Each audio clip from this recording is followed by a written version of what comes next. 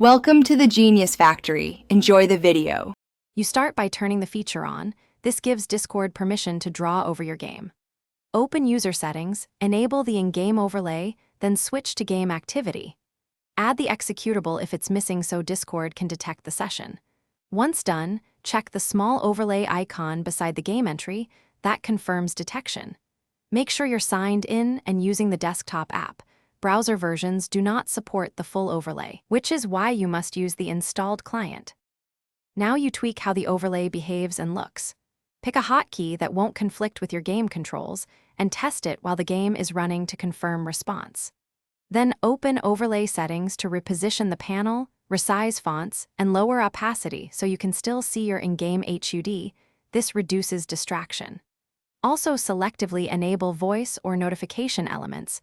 You want useful info, not noise. These choices control both visibility and performance, so balance them for a smooth session. Finish by validating the overlay in a full session.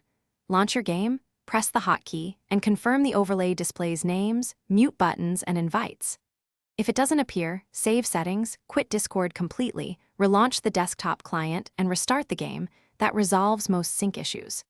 If problems persist, run Discord as administrator or disable hardware acceleration.